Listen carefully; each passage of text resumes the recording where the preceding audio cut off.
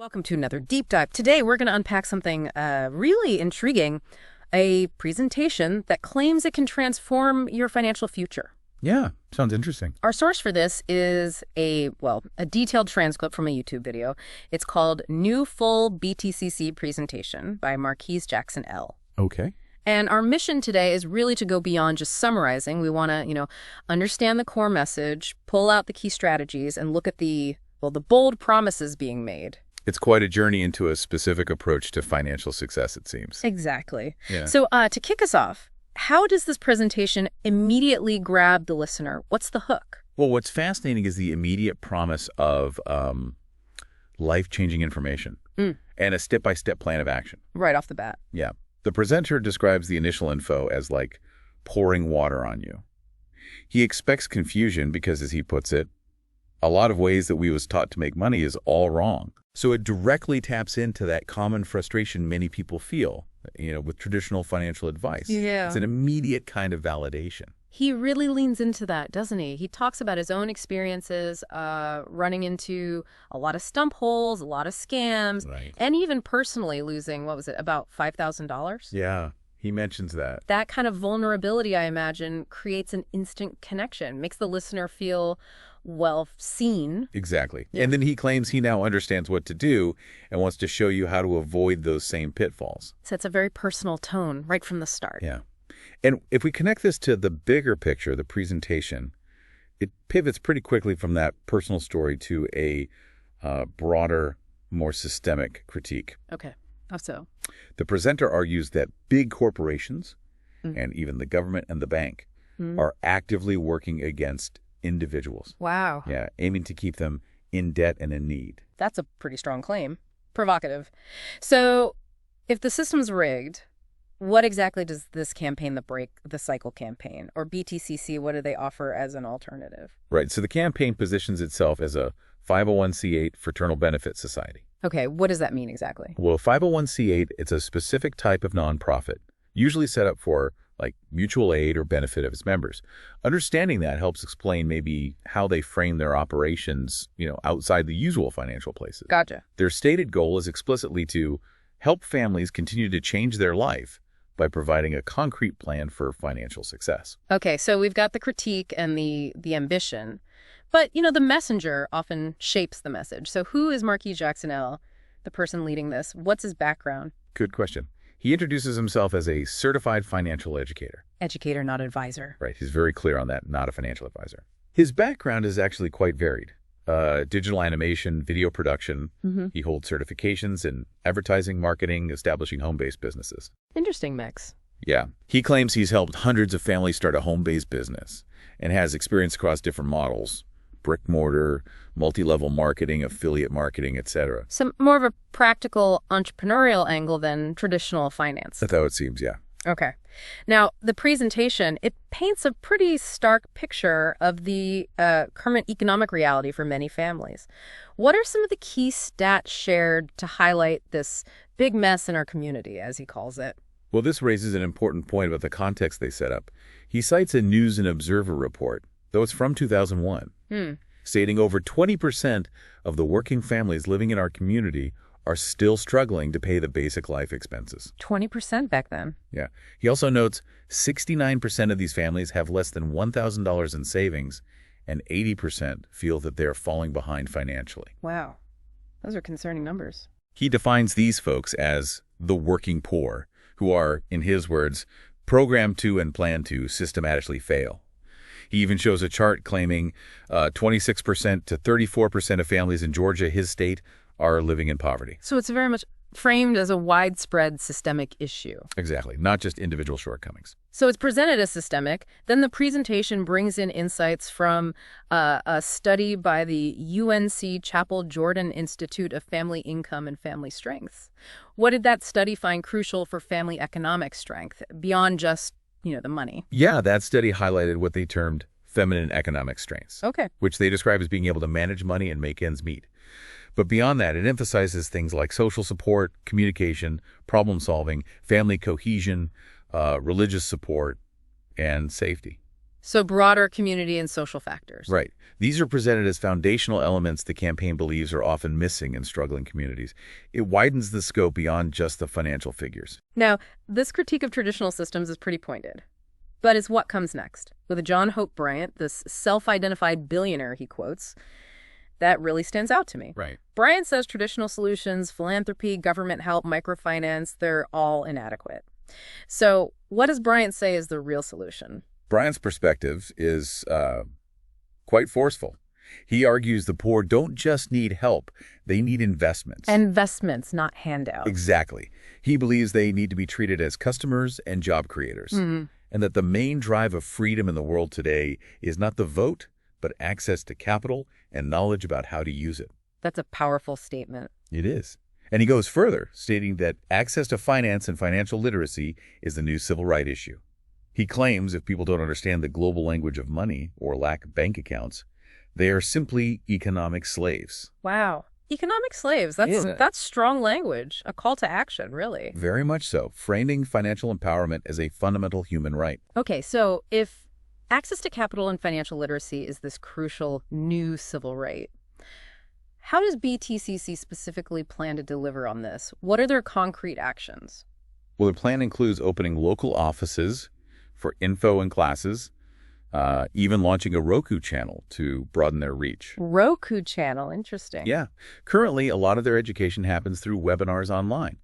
And as incentives, they offer things like a trip for graduating a class and being a member. They celebrate members at annual Juneteenth events. Okay. And their long-term goal? It's quite audacious. Help 1,000 families a month start their financial platforms. 1,000 families a month. That is ambitious. Now, the presentation also sets a very specific and frankly quite high income target for people. What kind of financial gain are they actually promising? They propose getting your income up to an extra $1,000 a month initially. Starting point. But then scaling that to a remarkable $23,642 per month. $23,000 a month, that's a huge jump. It is. And it raises the question, what kind of life does the presenter suggest you could have with that? He asks you to imagine being able to fire your dog-home boss. Dog-home boss. Vivid, yeah. Take lavish vacations, drive whatever vehicle you want, and that the world would actually be your playground. It's a picture of complete financial freedom. It's a very aspirational vision. Okay, so how?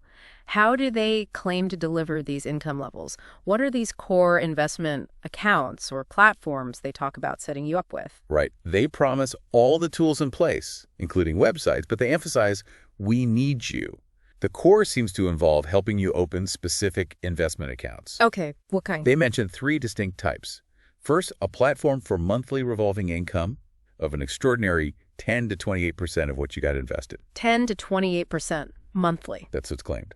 Second, a platform that pays weekly 2 to 3.5% of what you got invested. Weekly returns too. And third, a platform paying a weekly bonus of $600 all the way up to $10,000. Okay, those are very high numbers. Does the presentation explain how these platforms achieve such returns? That's the thing. It doesn't really go into the granular detail about the mechanics of these platforms. It focuses much more on the promised return rates. I see. And they contrast this access with traditional banks. What's their argument there?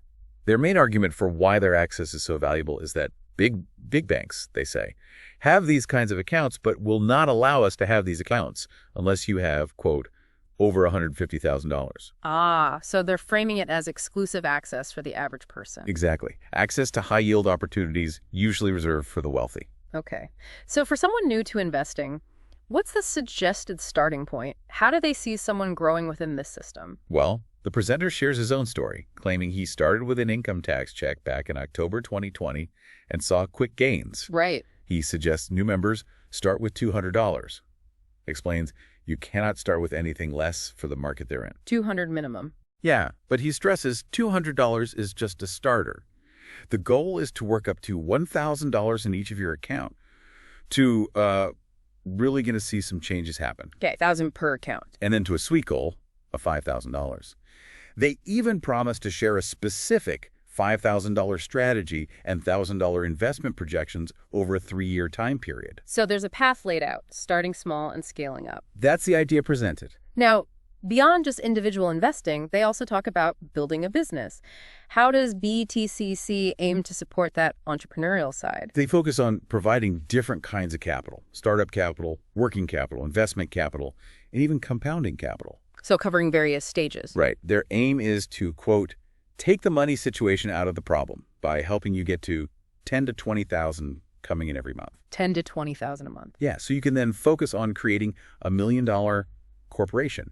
It's about removing that initial financial hurdle to thinking big. Okay.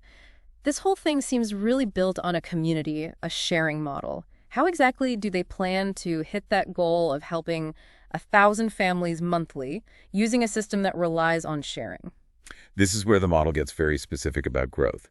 They ask members to share it with 4 people, though they do say this is optional. Optional sharing. Okay. They describe a funnel system. Your info goes into a marketing platform which brings in people, and then the team contacts them. So there's some automation involved. Seems like it. And the projected growth model is, well, it's a classic cascade. You share with 4, who then each share with 4, that's 16, who share with 4, 64, and so on. Multiplying outwards. Right, eventually leading to 1,024 members from that initial group of 4. They believe this word-of-mouth approach can rapidly transform communities. Taking people from zero to hero, as they say. Yeah, in months, not years, especially if people are investing $1,000 on up. Okay, so we've heard the promises, the growth model. What about the cost? What's the financial commitment to actually join this campaign? The presenter first lays out this huge value. Can you break down what he claims the membership is worth? Yeah, he itemizes it pretty carefully, assigning dollar values. Let's see. Financial education and a mastermind class at $900. Okay. A financial management system at $495. A self-development pro platform at $3,595. $3,500 for that. Yeah. A lead generation development program at $4,499. Then film production, like for content, at $5,000, which he calls very modest. Modest at $5,000. Uh-huh. Program business development at $4,500. Right. And a full marketing, promotion, and branding campaign at $7,000. Adding all that up. He told us this hypothetical value at $25,990, Oh. almost $26,000. Oh. And then he asks rhetorically, is that investment worth it to fire your boss, have lavish vacations, drive whatever car you want? Setting a very high anchor point with that value. But then he pivots to the actual cost, right? There's usually a gap there in marketing. So what is the real price tag? Right. After building up nearly $26,000 in perceived value, the actual annual membership is only $75 a year. $75 a year. Yeah, just $75 a year. He explicitly mentions they used to have a membership that was $35, but people didn't go with that because of the value that we give for the $75 per year. Interesting reasoning. And for that $75 a year, you supposedly get the lead generation, the film production, the business development, the marketing campaign, all for free. So framing those big ticket items as free bonuses for the $75 fee. Exactly. It's a classic strategy: anchor high, sell low. It certainly makes you think about how value is communicated versus actual cost. So he wraps up the presentation with a simple 90-day take action plan. What does that involve for someone looking to join? It's presented as 4 straightforward steps. First, choose a membership, either the free investment club or the paid $75 campaign membership for the extra tools and help. Okay, choice there. Second, open up your account, referring back to those investment accounts. Right. Third, invest and fund your accounts, starting from that $200 all the way up to $5,000. He emphasizes doing it over time, not all at once, but with the goal of getting to $5,000 or more. Gradual investment. And fourth, share our things with others. But again, this is framed as optional, just for those who like to share good information. Oh, okay. So quite a journey we've taken through this presentation. Okay. We've unpacked the Break the Cycle campaign, looked at its critique of the traditional financial system, its really ambitious goals for income and community change, and this unique membership offer. Yeah. We heard about a potential pathway to fire your boss, achieve pretty significant financial gains through these specific investment platforms, this viral growth model, all presented for a surprisingly low annual fee compared to that huge claimed value. What's truly fascinating here, I think, is the blend. You've got the personal story, the societal critique hitting those frustration points, and then this very specific numbers-driven promise of, financial liberation. Yeah. It really offers a counter-narrative to a lot of traditional financial advice. It emphasizes access to these specific supposedly high-return accounts, and a community-driven model for building wealth. It definitely raises an important question for you, our listener. In a world where, let's face it, financial success often feels out of reach and maybe the traditional paths seem blocked, how compelling is this promise, this idea of a new civil right rooted in immediate access to capital and financial literacy? Especially when it's offered through these, let's say, unconventional channels and with such exceptionally high projected returns. What aspects of this approach resonate most with your understanding of financial empowerment? And maybe what aspects leave you with more questions? Something to think about.